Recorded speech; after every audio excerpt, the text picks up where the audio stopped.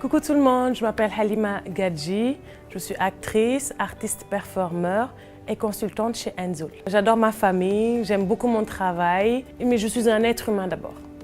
Moi, par rapport à la maladie mentale, c'est quelque chose à laquelle je suis confrontée depuis bas âge. Depuis à l'âge de 11 ans, je suis dépressif chronique.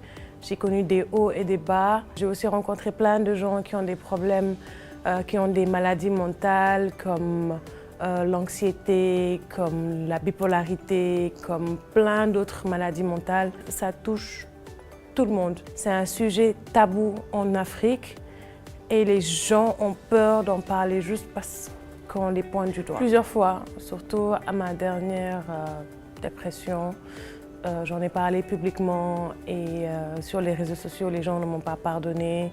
Les gens m'ont traité de faible. Ils ont dit que j'utilisais ça pour attirer l'attention ou la pitié envers moi, alors que je voulais juste parler de mon expérience et sensibiliser les gens qui eux aussi traversent des moments durs et qui sont en dépression. Parce que souvent, on peut être en dépression et ne pas le savoir. Donc il y a plein de signes qui prouvent que vous êtes en dépression et que vous devez aller vous faire soigner. Je me suis sentie comme rejetée par la société, jugée. Et j'ai eu honte de moi. Je me suis dit, est-ce que c'était bien d'en parler?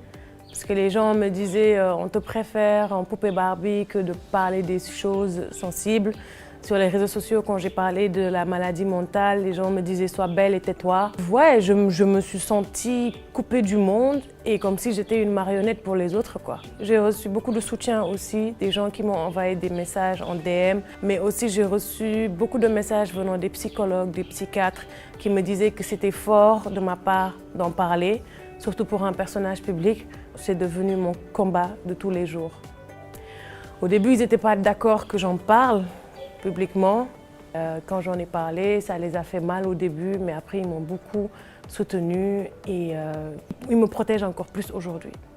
Et seuls les médecins pouvaient me dire comment faire pour me sentir bien et comment éviter de tomber aussi dans le piège des médicaments ou des traitements qui pourront aussi vous faire mal.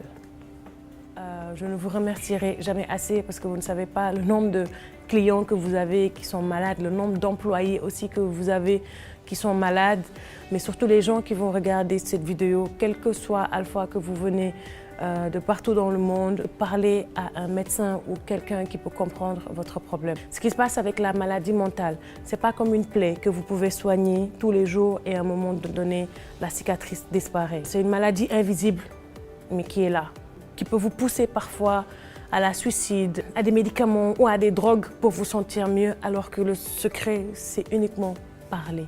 Libérez la parole, libérez-vous. Merci.